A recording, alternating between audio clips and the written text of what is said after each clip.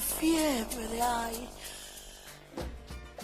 Hoje a gente vai falar sobre Boogie Nights, o segundo filme do Paul Thomas Anderson. É um filme de 1997 e nesse ele faz um cenário, pano de fundo bem diferente do primeiro longa-metragem dele. Nessa sequência ele fala sobre a indústria cinematográfica pornô e o filme, né, ele já começa com um plano sequência investigando um espaço. Ele vem de uma externa, adentra uma boate e acompanha o que são os principais personagens do filme até eles saírem dessa boate. Dentro dessa boate ainda, no entanto, eles conhecem o Ed Adams, que é um garçom, e ele tem uma fama que é muito interessante para a indústria pornô, e eles acabam convidando esse garçom para atuar nos filmes. Então, desse relacionamento, a trama vai se desdobrando. A formação desse grupo para dentro de uma projeção cinematográfica da indústria pornô vai ser o que vai ser o fio da meada do filme, né? E o interessante é que o filme se passa em São Fernando Valley, que é onde o Paul Thomas Anderson foi criado e cresceu. Ele, a partir desse filme, começa a fazer uma investigação muito mais profunda dos espaços. Ele começa a ter uma câmera mais fluida, passeios longos pelas ruas, panorâmicas, carros são muito acompanhados, vistas de carros, dentro de carros. Então, tem toda uma relação com o exterior, né, que no primeiro filme não existe tanto, né, é muito mais voltado para dentro do cassino, os hotéis, os quartos. Nesse, ele começa a desbravar um terreno que vai ser muito visto nos próximos filmes, né, inclusive no Magnolia. Tem muitas ruas que você consegue até reconhecer, apesar dos filmes se passarem em temporalidades diferentes, né? O Boogie Nights ele se passa começando em 1977 e o caminho dele até o final vai até 1984, acompanhando a evolução desses personagens e o grande sucesso que o Ed Adams, que é o personagem do Mark Wahlberg, vai fazer dentro do filme.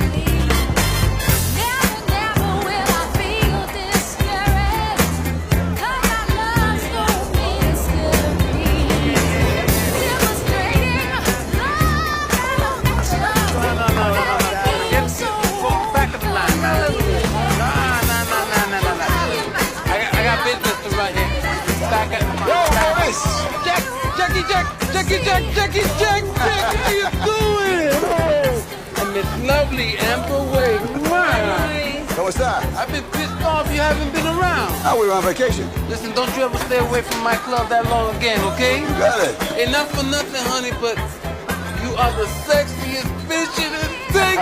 Dude, I love you. Wow. Such a charmer. Okay, listen, I got your booth set up over there, some plans. I'm gonna send them right over. Listen, Jack, I'm ready, I'm available. You put me in a movie, okay? We're talking box office. Box office, Jack. GG! GG, listen, Jack and Amber's table, take them over all the class. Let's go. Oh, okay. How's it going here? Listen, baby, me and you, we take a picture later on. Okay, I love you, baby. How's it going? Hey, hey, hey, hey! Yeah! Okay! Em relação ao primeiro filme do Paul Thomas Anderson, que saiu no ano anterior, de 1996, o Hard Date, já se percebe uma condensação do estilo. Algumas inquietações do cineasta já começam a ganhar os contornos estilísticos que vão definir, na sua evolução criadora, a obra do cineasta. Então, um primeiro aspecto, já para pular para dentro do filme, é a relação que ele constrói, através de uma meditação cinematográfica, entre a liberdade e a contingência. E o papel da fatalidade, né? do fatal nessa relação entre liberdade e contingência. E nesse sentido, o Boogie Nights, ele já é um filme que trabalha essa questão barroca, uma questão ibérica, na verdade, né? Do fado, né? Ou seja, daquilo que se abate sobre nós e que nos obriga a lidar, nos obriga a nos reorganizar, nos obriga a fazer uma espécie de reorientação do sentido, do fluxo de sentido da vida, diante disso que vai se abatendo, disso que vai nos afetando. E essa meditação, ela já está presente no Hard Date, mas certamente no Boogie Nights, pela própria virtuose da direção, ela condensa, ela ganha uma consistência maior. E vai ser maior ainda no próximo filme, que é de 1999, que é o Magnolia, o terceiro longa-metragem do Paul Thomas Anderson, onde eu diria que passa a primeiro plano entre as preocupações fílmicas do Paul Thomas Anderson.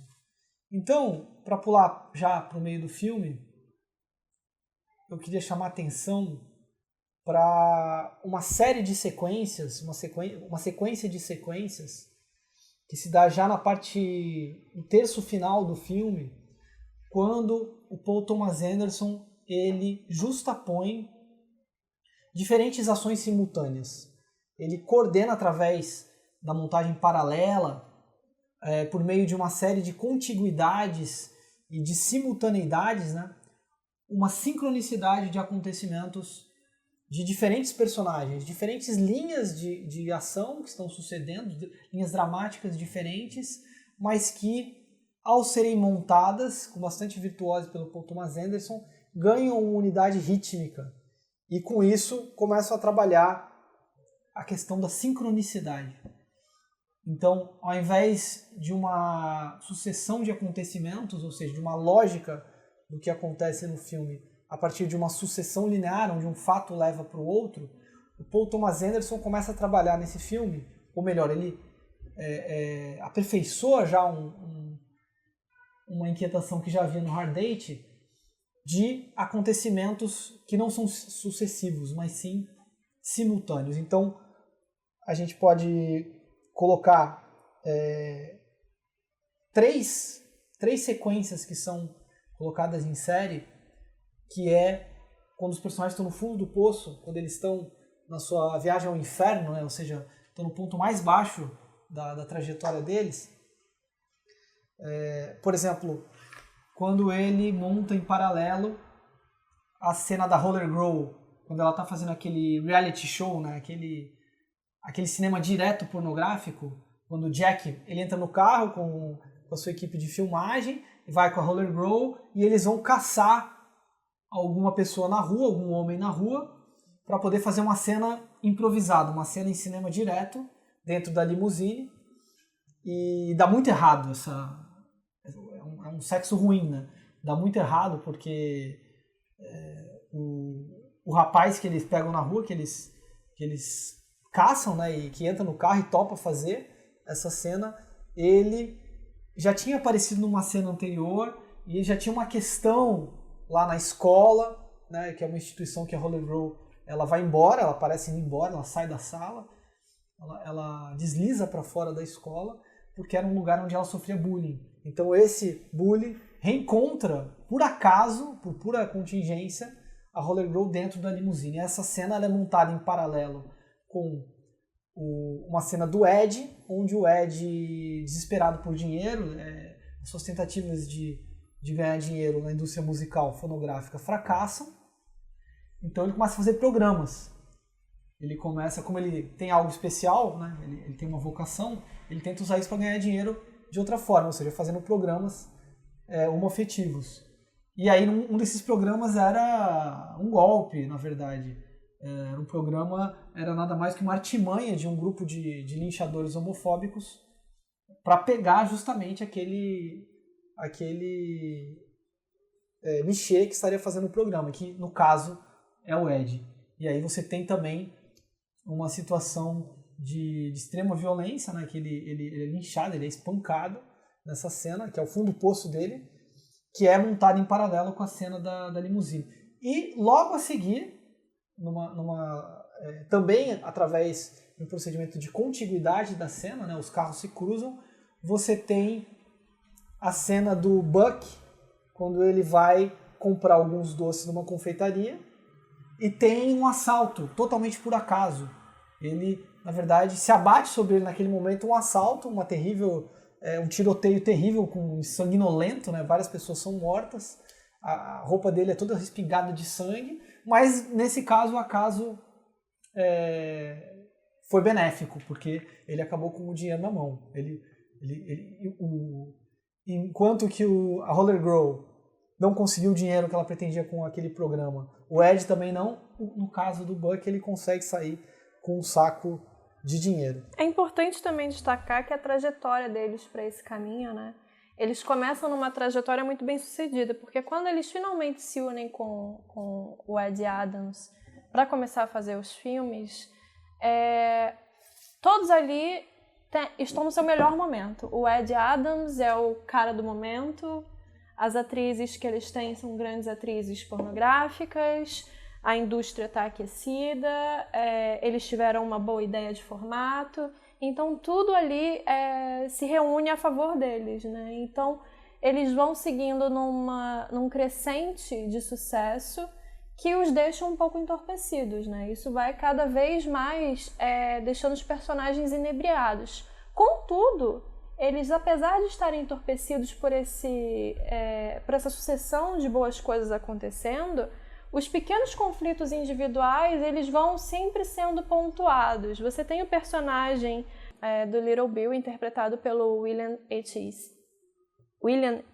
Macy, que tem um problema com a esposa dele, que é uma atriz pornográfica, mas apesar disso, eles não têm no relacionamento deles aparentemente acordado nenhum tipo de abertura. No entanto, ela recorrentemente pega transando com outros caras, transando e gente olhando, e ele se sente humilhado, consternado com aquilo, e isso vai criando, né, uma espécie de pontuação do Paul Thomas Anderson para aquele descontentamento. Acontecem várias vezes e não se trata de um alívio cômico.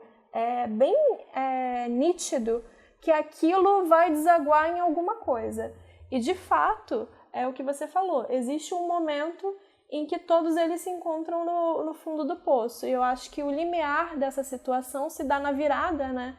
Que existe um ano novo, de 1979 para os anos 80, que é quando o Little Bill entra na festa de ano novo, vai procurar a esposa dele, e você já sabe que quando ele está procurando e não encontrando a esposa, ele vai encontrá-la numa situação que ela vai estar transando com outro cara, e você fica na ansiedade, né? Porque você começa a acompanhar o personagem, que cumprimenta todos os outros personagens em cena, vai passando pelos quartos em busca, e quando ele finalmente encontra, ele tem um segundo de reflexão, sai do quarto e você continua acompanhando aquele personagem que vai em direção ao carro, pega uma arma dentro do carro e volta para dentro do quarto onde ele a encontrou, dá um tiro nela, mata ela e se mata logo depois.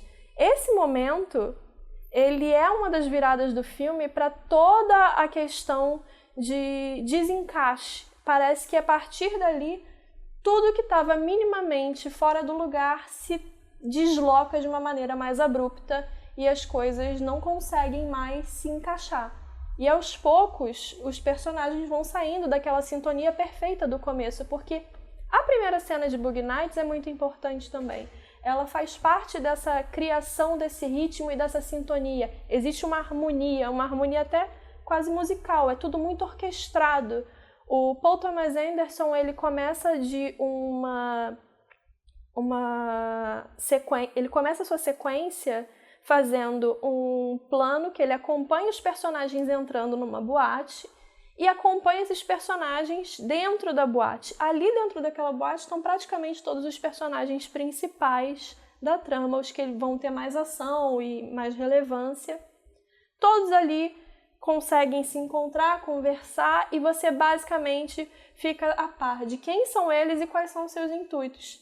Para quando eles saem da boate, o filme deslancha. E aí você consegue já ter a noção de 90% do que aquelas pessoas desejam, são, fazem.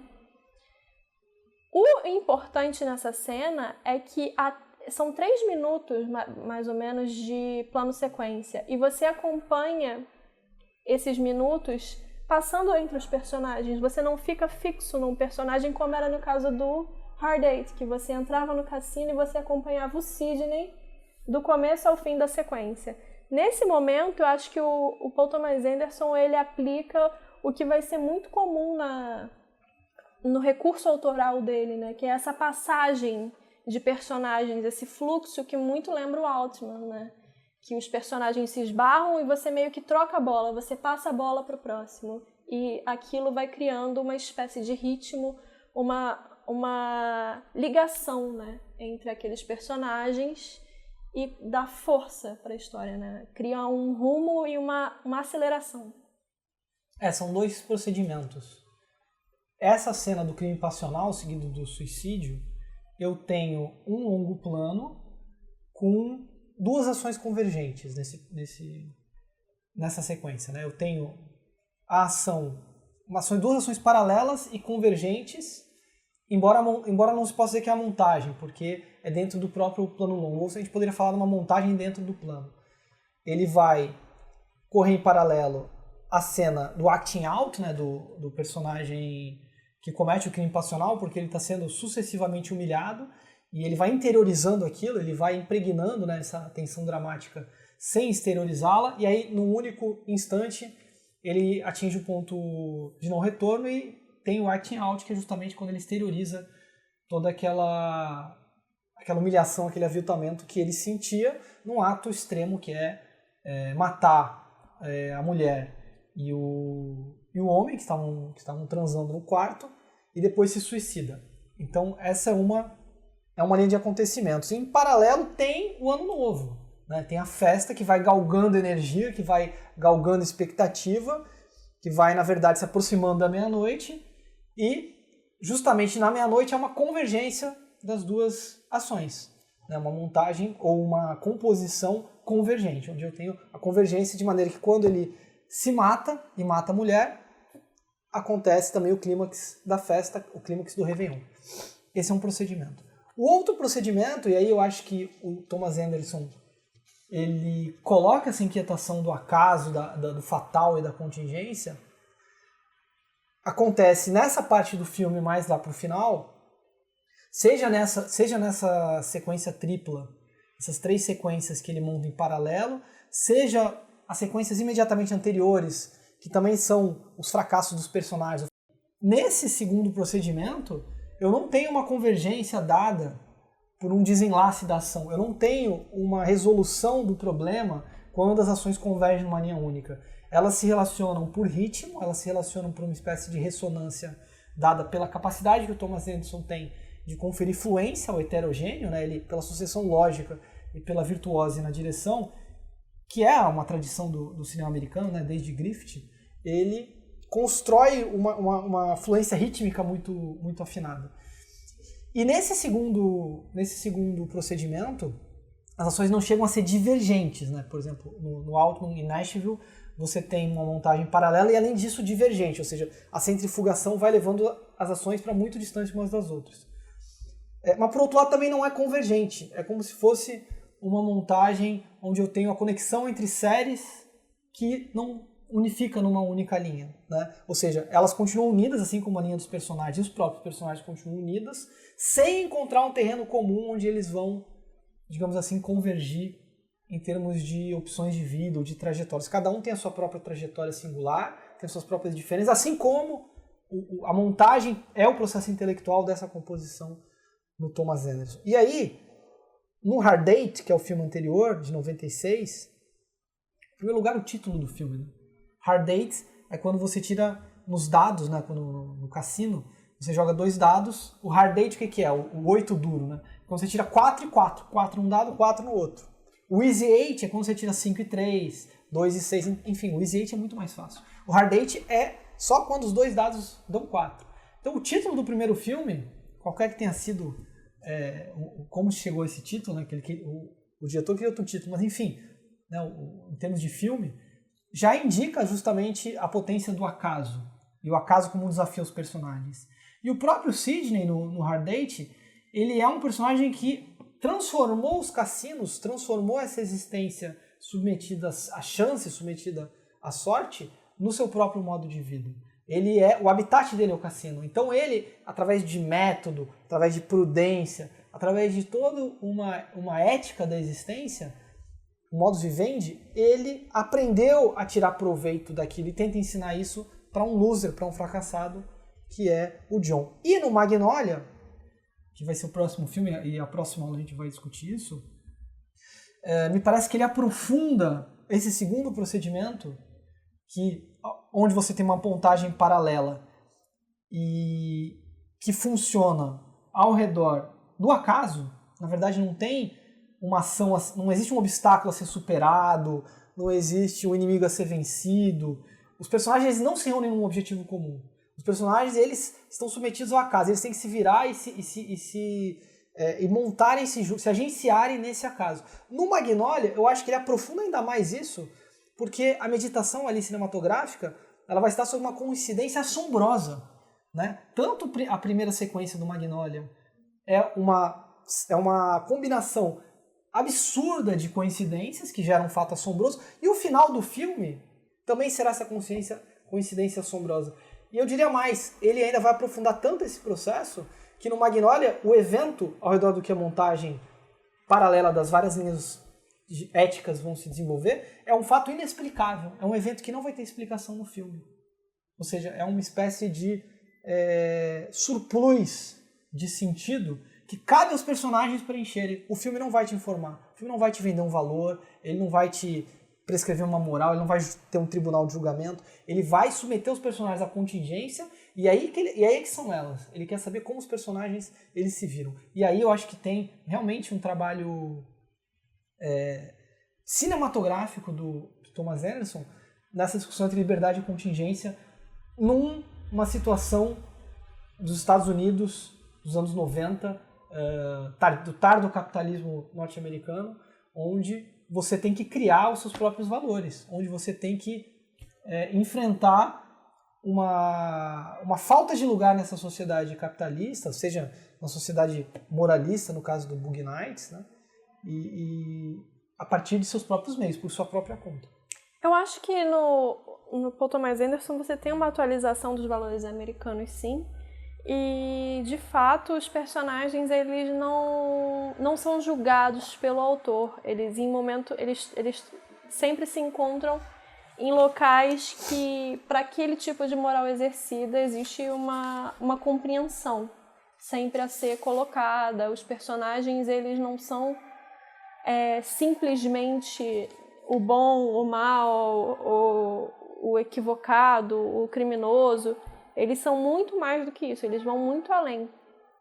E nisso eu acho que dá para falar também como dentro do Boogie Nights eles se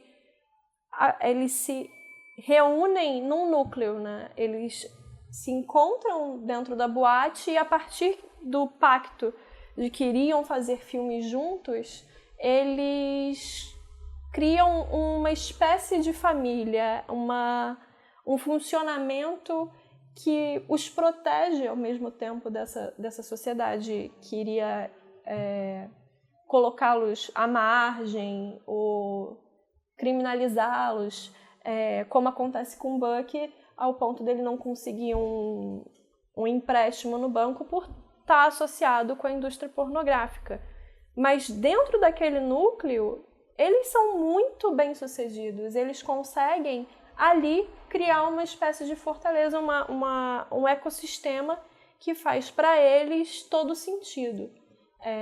A personagem da Julianne Moore, a Amber, ela fica num papel maternal, até por uma ausência do próprio filho. Ela tem muito essa necessidade de ter um cuidado, um zelo muito grande por todos ao redor. E o Jack Horner, que é o personagem do Burt Reynolds, ele vai mais ser o pai, né? O proativo, o que vai trazer a estrutura, né? O que é necessário para a coisa acontecer. E ali dentro ficam-se os filhos, o que seriam os netos, as pessoas, os agregados, né?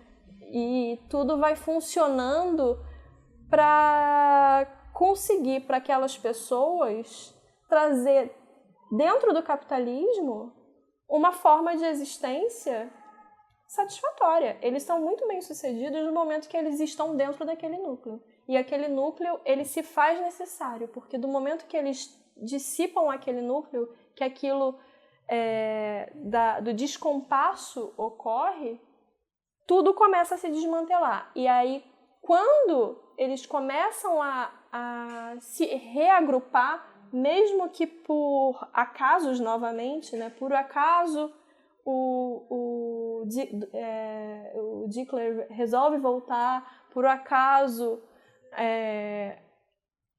o Jack continua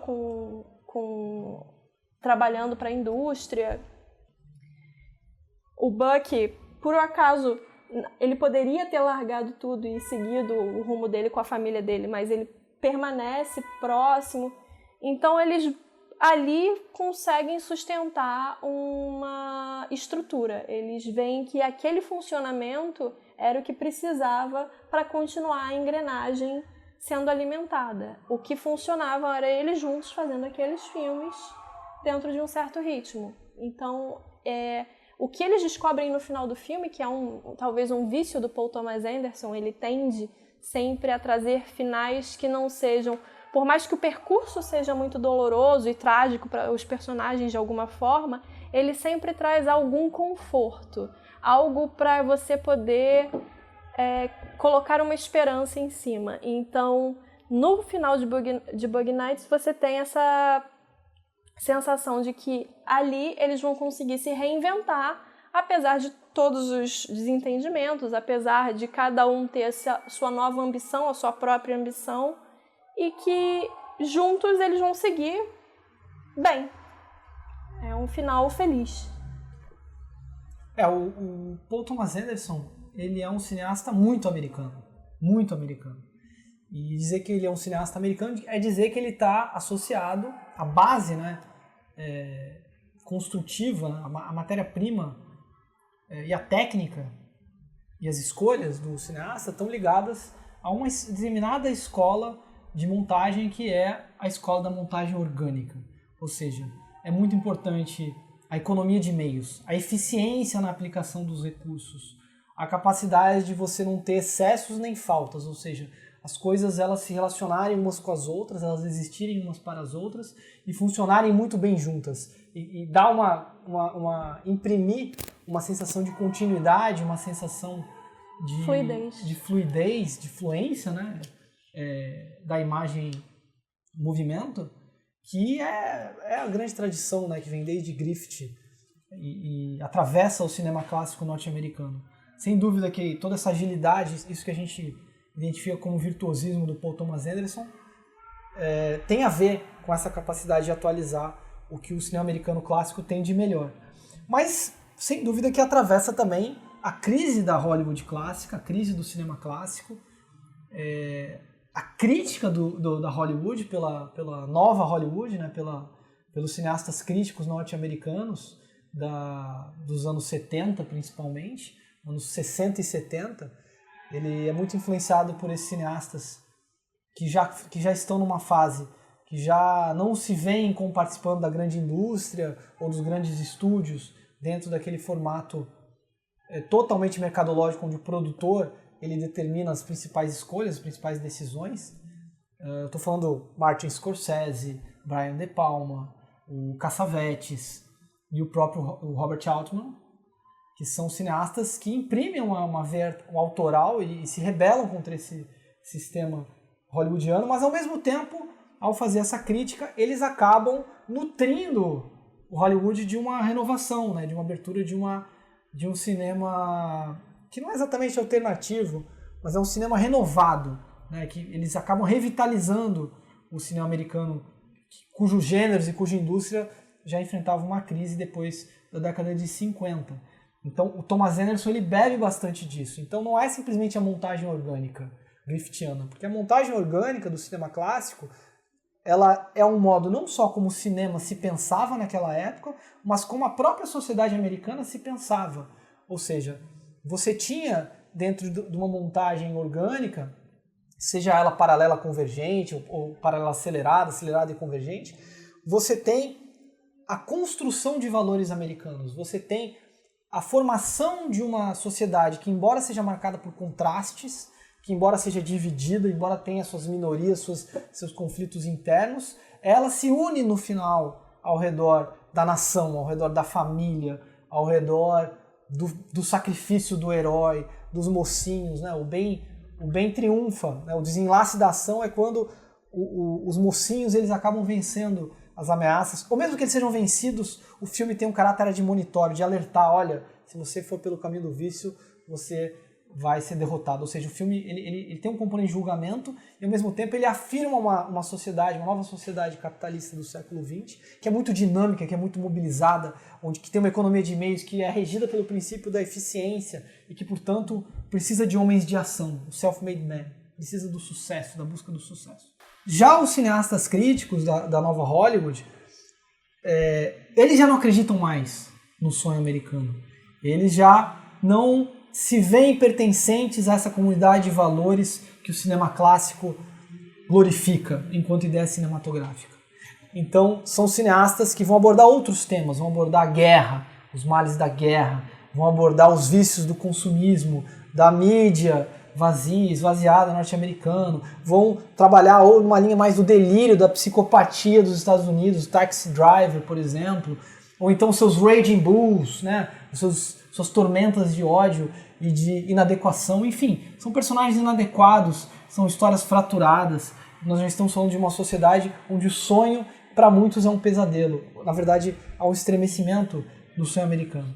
Eu acho que nisso também dá para citar dois casos bem até próximos, né? Você tem o The Player, do Robert Altman, de 92, que aborda todo o jogador, esse... o jogador do Altman, e ele aborda esse universo de Hollywood, né? A indústria, a história se passa dentro de um estúdio e todos os seus personagens centrais, o produtor, assistente, a pessoa que avalia os roteiros, os roteiristas mesmos, e tudo o que corre por ali e como que aquilo precisa se alimentar de alguma forma. É uma coisa meio de comer o próprio rabo o tempo inteiro. E o Altman joga muito bem com o filme, fazendo uma crítica, mas ao mesmo tempo falando o que é a verdade. Estamos todos vivendo disso. Claro. É uma arte cruel. E também você tem o Showgirls, do Paul Verhoeven, de 1995, que ele não trata exatamente de Hollywood como cinema, mas ele fala do showbiz, né? O showbiz exagerado, anos 90, e ele faz uma crítica muito frontal, né? Aos exageros, ao corpo, e a espetacularização dos corpos e dos lugares. Né? É um filme corrosivo. E foi um filme que fracassou, então, na época, hoje em dia, é visto como um cult. Então, para o Paul Thomas Anderson, eu acho que foi uma escolha bastante ousada ir por essa temática, no seu segundo filme, né? Então, isso que você fala de ser também uma nova leva de cineastas americanos e que são muito mais ligados a um circuito visto como alternativo, né? E ao mesmo tempo terem tanto recorte e influência de pessoas com uma bagagem enorme na Hollywood já estabelecida, na Hollywood de modelos, e ele faz isso com muita habilidade. Eu acho que ele tem um timing e escolhas muito boas, né? O Boogie Nights, ele era para ter algumas cenas de sexo explícito e acabou não tendo, até por uma questão de que a faixa etária ia ser muito alta, ia diminuir o público, e eles preferiram cortar essas cenas. Então, no filme, você não vê absolutamente nada explícito. É um filme que faz insinuação ao sexo, mas você não tem nenhuma cena chocante ou... A cena máxima é no frontal, no final, né? Mostra o pênis do ator pornô. Mas também não é uma cena... E é muito bem construído. E é muito bem construído, porque o filme inteiro é falado a respeito dele ter um pênis gigante e você o filme inteiro não vê isso acontecendo. E a cena final, ele simplesmente é o clímax, é a catarse de toda aquela situação, né? Ele realmente poder se afirmar como o que ele é. Ator pornô, bem sucedido e bem dotado. Então ele finaliza o filme de uma maneira muito coerente, sem precisar de nenhum excesso durante... É um filme longo também, né? É um filme que foge à regra das 2 horas, 120 minutos. Ele tem quase 3, né? São 2 horas e... Sim. Quantos? Não lembro. 2 horas e 40, se não me engano. Enfim. Mas eu queria chegar numa terceira dentição do cinema americano, assim, nessas grandes linhas, né, que eu tracei aqui, esquematizadas. Né, se a gente tivesse uma primeira dentição, uma primeira safra do cinema clássico, né, até mais ou menos a Segunda Guerra Mundial, até o filme noir, colocar em crise. Depois, uma segunda safra da nova Hollywood, que são os cineastas críticos. Aí Cassavetes, Scorsese, De Palma, o Verhoeven, poderia colocar aqui. São cineastas corrosivos, são cineastas que vão perquirir, de fato, fazer uma espécie de análise esquizofrênica dos Estados Unidos. Virar pelo avesso essa promessa de sucesso e essa promessa de uma nação que consegue conciliar os seus diversos contrastes. E, portanto, está sempre renascendo, né, das suas lutas. Eu diria que é uma terceira dentição, uma terceira safra, que talvez a gente pudesse colocar o Linklater e o Tarantino, e um pouco mais deslocado, mas o Soderbergh também, né, desde Sexo, Mentiras, Videotape, 1989, Pulp Fiction de 95, já bem mais perto desse filme que é de 97.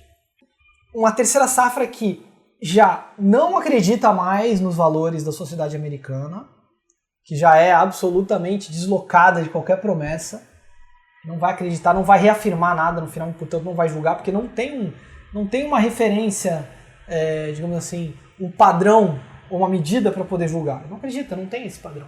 Não é o patriotismo, não é o casamento ideal, não é o sucesso, a família fordista, né? A família com uma casinha, um carrinho, um cachorrinho, os filhinhos, tudo certinho ali com emprego e tal. Mas ao mesmo tempo a preocupação crítica não é direta.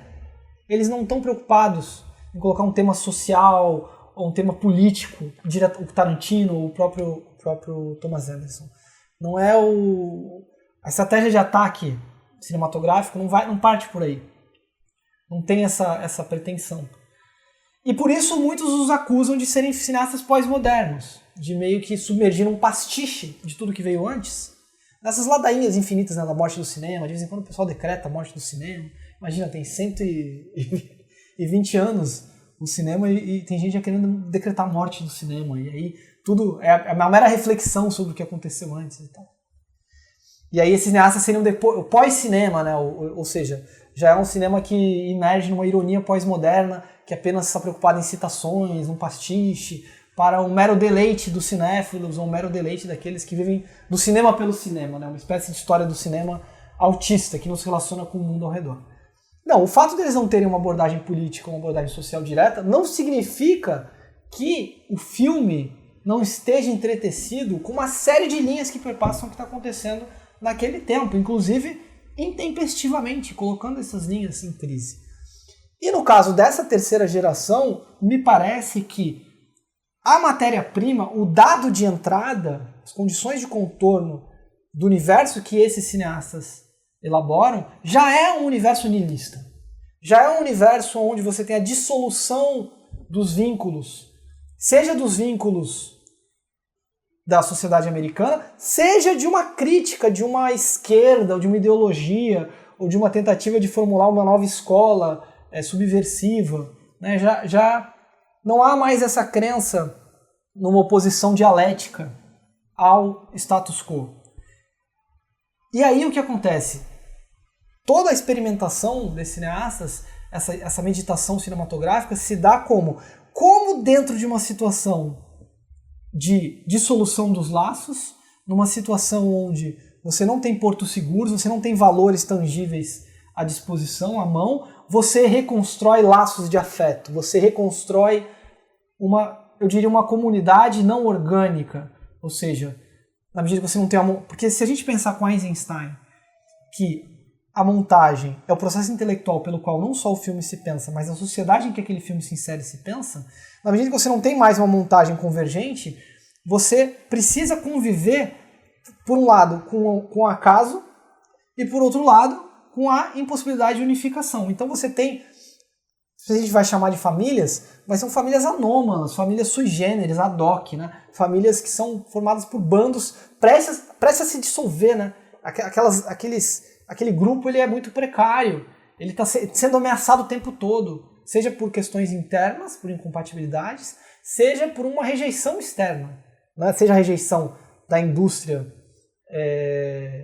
da nova indústria do videotape em relação ao Jack, né, que quer continuar fazendo um cinema pornô de qualidade, né, em película, e tem que se adaptar aos novos tempos do videotape, né, onde você acelera o ritmo da cadeia produtiva do pornô e ao mesmo tempo acelera a própria masturbação, né? Tudo fica mais fácil, mais rápido, e vai acelerar muito mais depois, né, com a internet. Mas também as ameaças de cada um de serem julgados o tempo todo, de não conseguir dinheiro no banco, de não conseguir emprego, de não conseguir sequer ganhar dinheiro com prostituição, como a tentativa do Ed, porque ele passa por um linchamento. Então, o Thomas Anderson, em específico, dentro dessa terceira geração, me parece que ele é muito generoso, mais que o Tarantino e o próprio Soderbergh, porque ele acredita nessa ética da dispersão.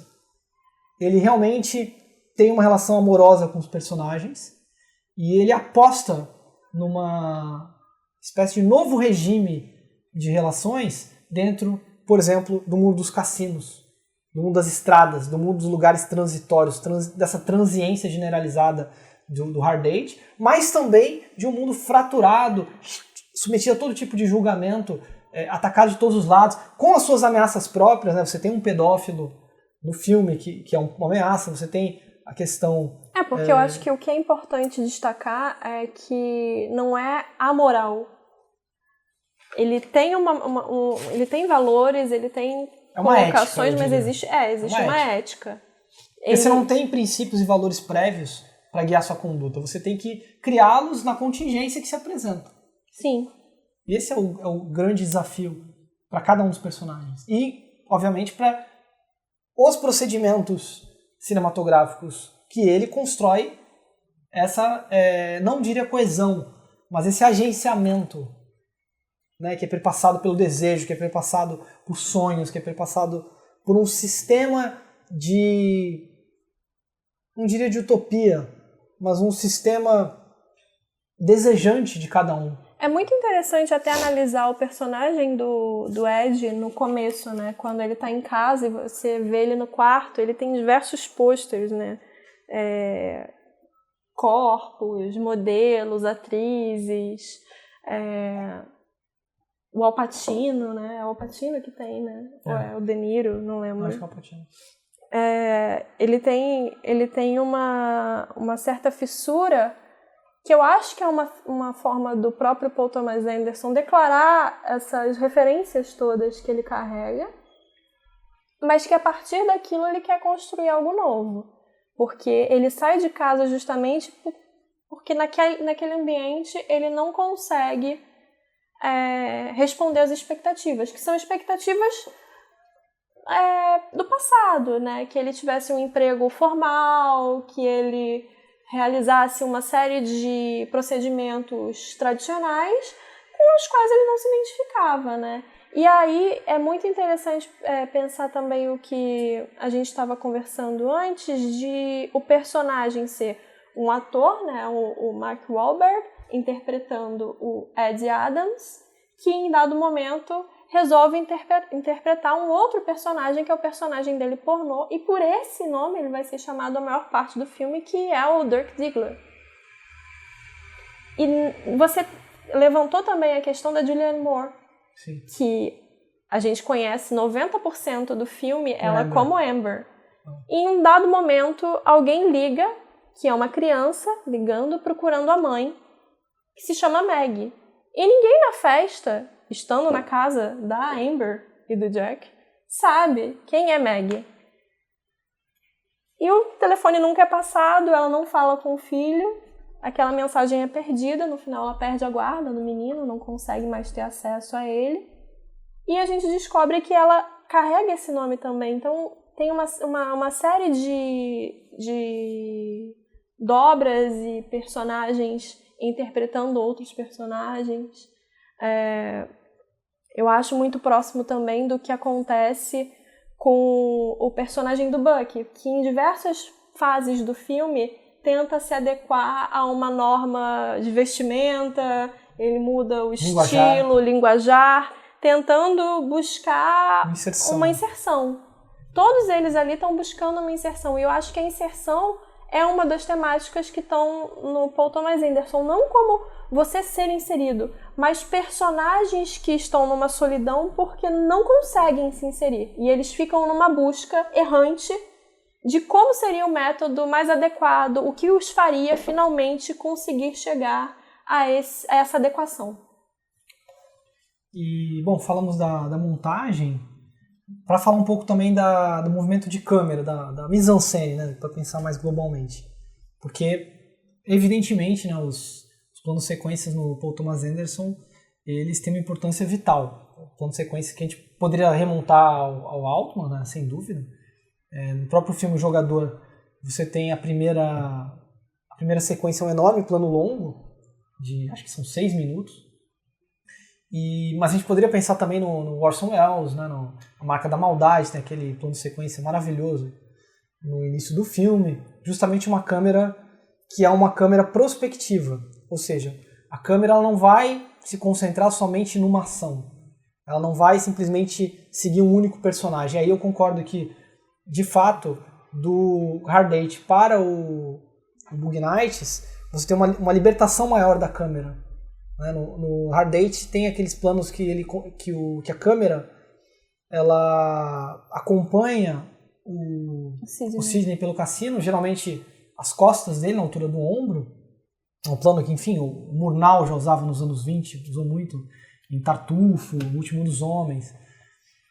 E no Boogie Nights há um esplendor do plano sequência, há desabrocha o estilo do Thomas Anderson, já na primeira sequência, né, onde você começa com grua, depois você quebra o eixo várias vezes, vai mostrando aquele mundo da discoteca, aí entra numa Steadicam, ele parece uma Steadicam, né, e aí ele vai seguir vários personagens, se desinteressa por um, se interessa por outro, assume o deslizamento da Roller Girl, né, que é um personagem icônico também da discoteca. Os patins é um signo, marca bastante nessa... E o movimento, né? Porque ela tá sempre em constante fluidez e fluido. E não tira o patins. E não tira o patins, e usa o patins no sexo, assim como para agredir um outro personagem em determinado momento. E a mise-en-scène do Thomas Anderson eu diria que participa dessa construção, porque afinal de contas a gente está falando de cinema, então como que cinematograficamente ele realiza esse projeto positivo e afirmativo da terceira, que eu diria, nessa esquematização da terceira dentição. Ele realiza ao entrar em cenas, em situações muito dispersivas, muito aleatórias às vezes, né? Parece um rolê aleatório. Por exemplo, a cena da festa. Cada um estão falando de coisas muito diferentes, cada um tá fazendo coisas muito diferentes, são conversas que não encaixam, são conversas totalmente desconexas. Os próprios personagens vêm de vários lugares, estão ali contingentemente, e aí o Thomas Anderson se propõe a usar a câmera para buscar justamente revincular os personagens. E isso é um trabalho prospectivo. Por quê? Porque ele vai investigando as possibilidades. Ele entra na piscina, em determinado momento, ele segue um corpo, aí depois vai para uma conversa. Depois ele repete isso. Tem o plano de sequência inicial, tem o plano de sequência famoso da piscina, que é muita virtuosidade, virtuosismo nesse plano. Depois tem um outro na festa também, uma festa em que ele vai parar, vai se interessar, vai sair, enfim. Você tem não só a montagem, ou seja, a unidade rítmica e todo o trabalho de você concatenar ações em paralelo, em convergência, em divergência, enfim. Como também o trabalho da mise-en-scène, o trabalho do plano sequência, que é uma qualidade muito grande que aparece nesse filme. E eu estava comentando justamente, você que falou no início, Júlio, você falou do ponto de viragem, né? Quando tem o crime no Réveillon da década de 70 para 80. E realmente ali é a dobradiça do enredo, eu diria assim, mas que ao mesmo tempo mostra um ponto de aceleração. Se o ritmo é importante na construção do Thomas Anderson, ali há uma alucinação do ritmo. Por quê? Até aquele momento a gente estava no mundo da discoteca. E apresentado como uma utopia, apresentado aquele período áureo da disco, né? É só lembrar que Saturday Night Fever, no Embalo de Sábado à Noite, é de 77.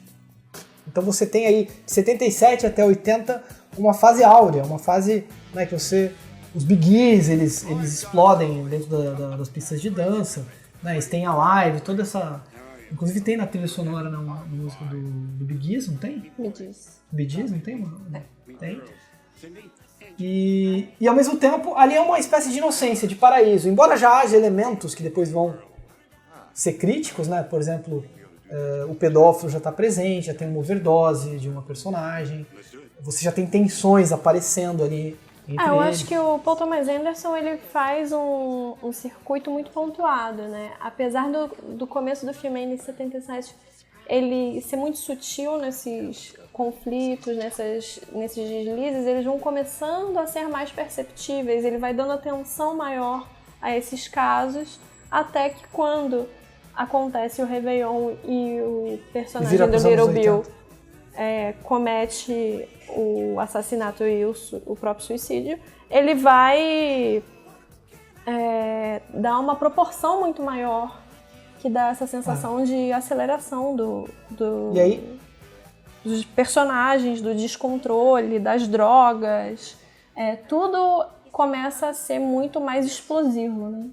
Você tem vários elementos cênicos e da dramaturgia para poder acentuar essa aceleração e que caracterizam uma distopia dos anos 80, né? O filme ele é bastante, digamos, generoso, não diria generoso, mas como posso dizer, otimista com relação à década de 70, o final da década de 70, a gente está falando do final da década de 70, e muito, digamos assim, pessimista com relação ao que seria uma era de treva, né, do começo dos anos 80. Por quê?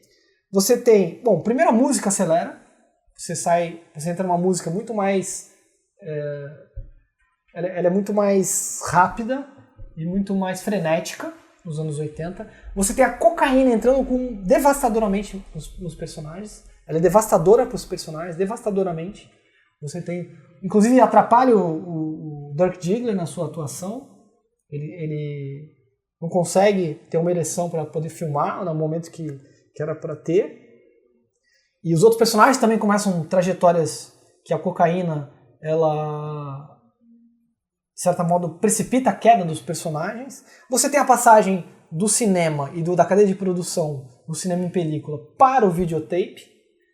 Isso implica uma aceleração no circuito produtivo e, por tabela, no próprio sistema, na própria indústria. Você tem que fabricar mais filmes, mais rápido, com menos preocupação estética ou preocupação técnica, porque você tem que entregar os filmes. E uma mutação na própria iluminação, né? Você vai para cenários mais noturnos, você tem personagens com tons mais pesados. A própria maquiagem, me parece que da Amber, ela começa a pesar, tudo começa a pesar.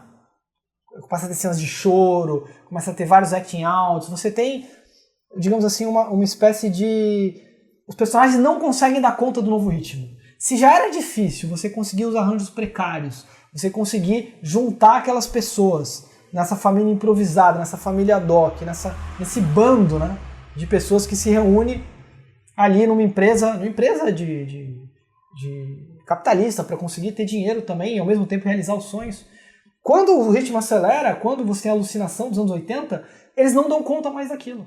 O filme ele mostra esse colapso, que eles vão ter que dar um passo além e tentar se reorganizar e enfrentar novamente uma contingência que é a chegada aniquiladora dos anos 80.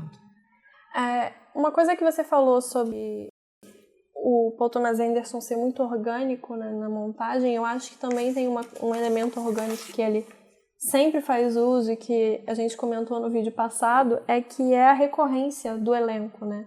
Você mais uma vez tem o John C. Reilly, você tem o Philip Baker Hall, você tem o Philip Seymour Hoffman e o Robert Ridgely, que é o primeiro ator que fez o curta que gerou o Boogie Nights, porque, na verdade, o Boogie Nights ele vem oriundo de um projeto, o primeiro projeto cinematográfico do Paul Thomas Anderson, que foi um mockumentary a respeito de um ator pornô, ficcional, obviamente, se tratando de um mockumentary. E esse personagem já se chamava Dirk Diggler, e nesse filme já tinha o Robert Higley. Então ele continua fazendo essas inserções. No próximo filme, que é o Magnolia, a gente encontra novamente a Julianne Moore e uma série de outros personagens que vão ser sempre para mim, uma espécie de costura, uma liga que o Paul Thomas Anderson encontra para fazer esse liquidificador do caos dele, de alguma forma ou de outra, parecer mais naturalizado, mais orgânico, mais concentrado. É uma espécie sempre de uma atualização dos personagens em outras situações e meios. Eu acho que ele explora muito isso, além de, claro, contar com o talento de um elenco que é sempre muito bem sucedido.